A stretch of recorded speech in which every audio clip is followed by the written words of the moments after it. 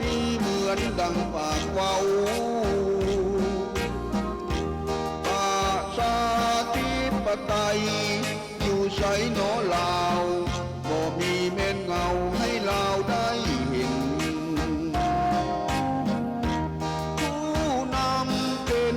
ลาวหรือว่าเป็นแก้วจึงเห็นแต่แนวที่มันเน่าเหม็นคนลาวเท่านั้นหับกรรมหับเวรลำบากยากเข็นหลายปีผ่านมาไล่แก้วแดงออกไปเสียทีลาวเฮาก็มีจะไปสร้างสรรค์แผ่นดินแผ่นนี้พ่อเฮาสร้างมา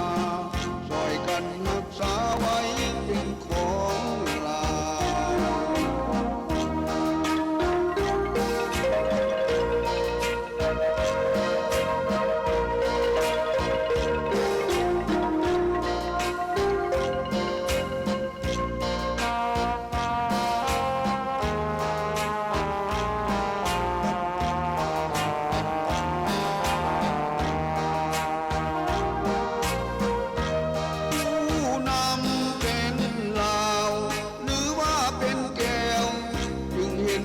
แนวที่มันเน่าเหม็น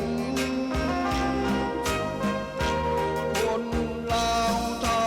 นั้นหับกรรมหับเวรลำบากยากเข็นหลายปีผ่านมาไล่แก้วแดงออกไปเสียทีลาวเฮาก็มีจะไปสร้างสรรค์